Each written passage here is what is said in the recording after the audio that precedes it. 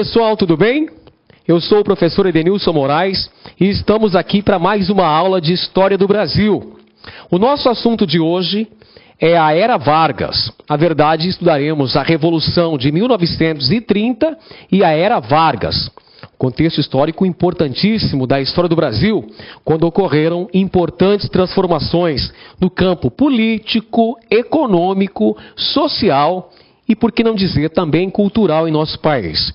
Mas antes de analisarmos a Revolução de 30, que é um movimento militar que conduziu Getúlio Vargas ao poder, necessário se faz conhecermos as estruturas políticas, econômicas e sociais do período anterior à Era Vargas, que é a República Velha, ou Primeira República no Brasil, o período histórico entre a proclamação, ocorrida em 1889, e o advento da dita Revolução de 1930, que conduziu Getúlio Vargas ao poder. Então vejamos quais eram as principais características da estrutura política, econômica e social do Brasil durante o período denominado República Velha. Pois bem, meus amigos, a República Velha é o primeiro período histórico da República Brasileira.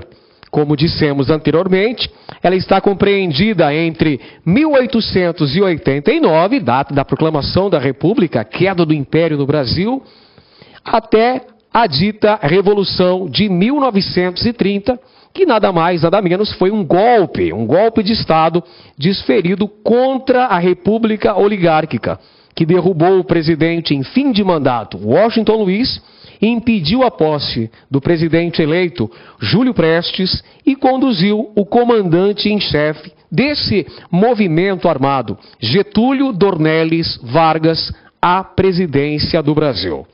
A República Velha, ela pode ser subdividida em dois outros períodos, duas outras fases, que são a República da Espada, compreendida entre 1889 e 1894, e a República Oligárquica entre 1894 e 1930. República da Espada. Esse termo, senhores, se refere ao fato de que durante esse primeiro estágio da República Brasileira, os nossos dois presidentes eram militares. Dois marechais, o Marechal Deodoro da Fonseca, nosso primeiro presidente da República, e o Marechal Floriano Peixoto, o nosso segundo presidente. Durante a chamada República da Espada, ocorre a consolidação do regime republicano no Brasil. Dentre outras coisas, nós temos a elaboração e aprovação da primeira Constituição Republicana do Brasil, a Constituição de 1891, assunto este que nós estudaremos em aulas posteriores, quando analisaremos todas as constituições republicanas. Pois bem, a segunda fase da República Velha é conhecida como República das Oligarquias, ou República Oligárquica, pessoal. É o período histórico em que teremos um governo predominantemente ligado à aristocracia rural brasileira, notadamente os grandes cafeicultores da região sudeste do Brasil. Destaque para São Paulo e Minas Gerais. A República Oligárquica está compreendida entre 1894 e 1930. O que foi a República Oligárquica? Bom, a palavra oligarquia, essa palavra grega, significa governo de poucos. Ou seja, um governo ligado à aristocracia rural brasileira, com ênfase nos grandes cafeicultores da região sudeste. Portanto, durante esse período histórico, nós temos um predomínio da aristocracia rural brasileira comandando a política nacional. Vejamos então outras características desse período.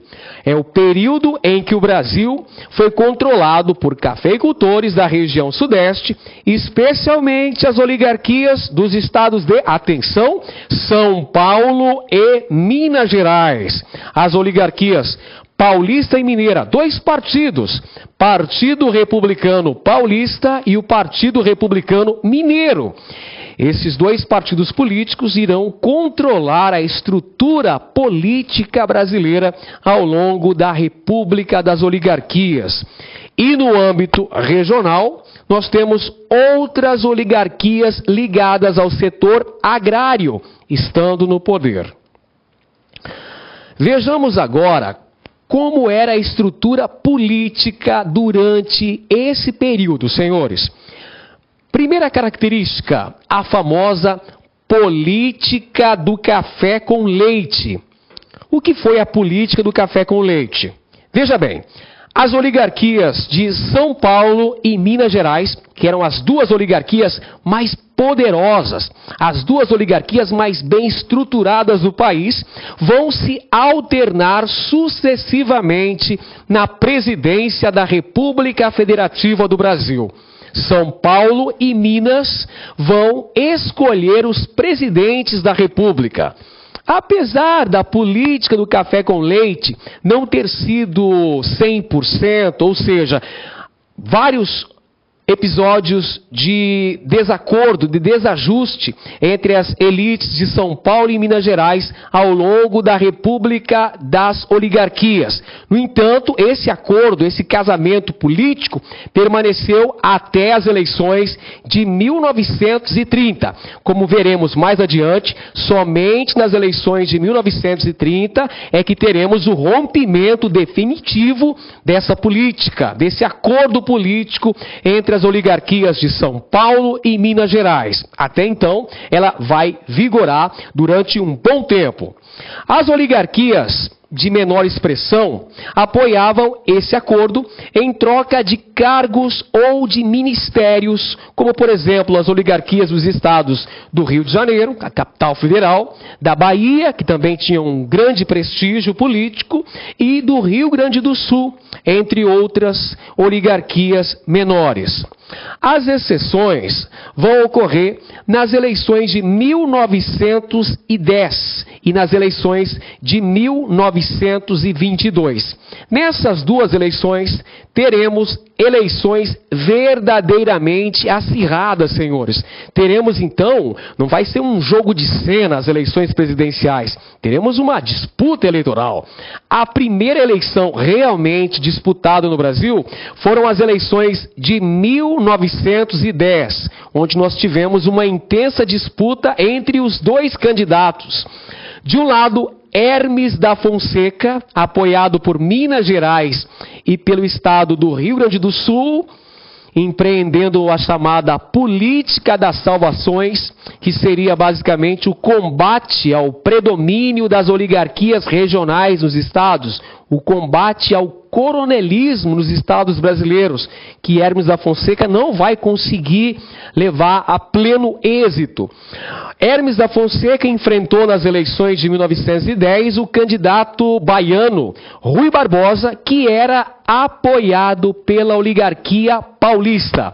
Rui Barbosa vai levar a campo a famosa campanha civilista. Rui Barbosa vai tentar conscientizar a população e apoiar a sua eleição contra um militar, que era Hermes da Fonseca, sobrinho do ex-presidente Deodoro da Fonseca.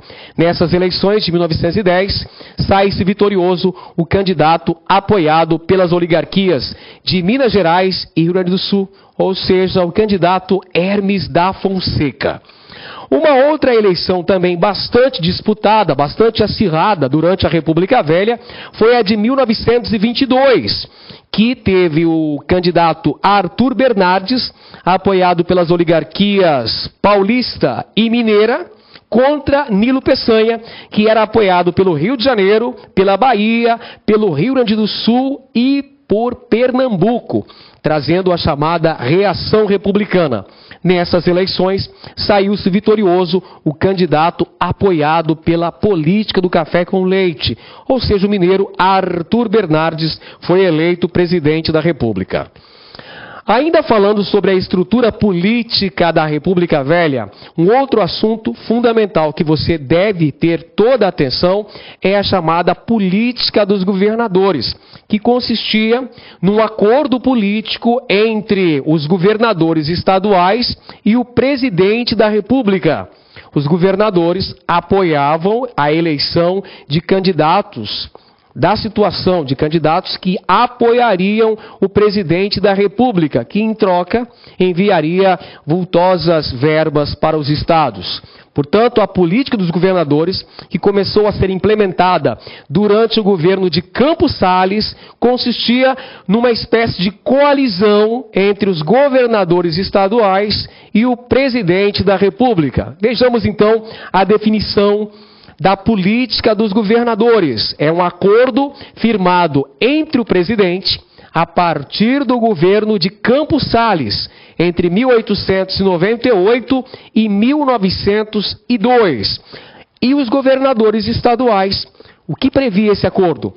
Apoio mútuo e a não interferência de ambos em seus governos.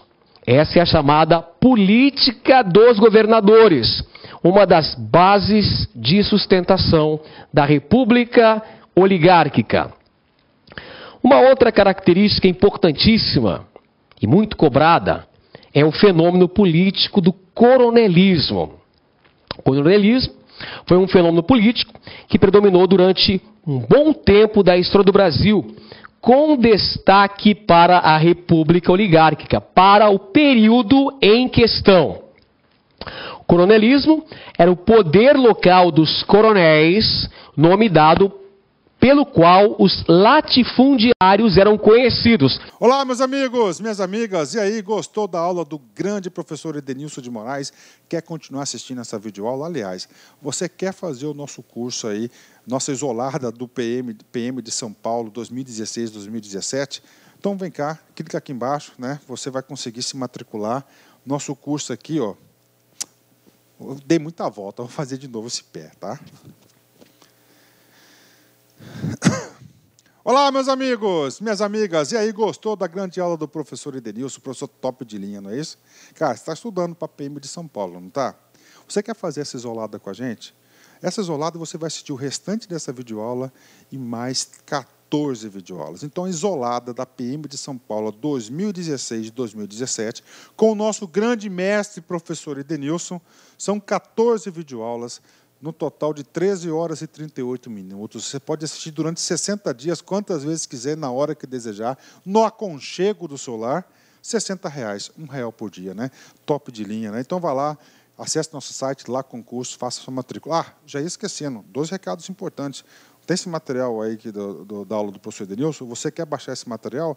Então, clica aqui embaixo, tem um link, você pode baixar gratuitamente esse material do professor Edenilson, sem custo nenhum. E outra coisa, professor, eu gostei, não quero só isolada, quero o curso completo da PM. Tem, claro que tem, nosso curso completaço da PM de São Paulo 2016-2017, por apenas 10 mensalidades de R$25. É só aqui no Lá Concurso. Tá certo, galera? Forte abraço, fique com Deus aí e espero vocês. Tchau, tchau. Clique lá.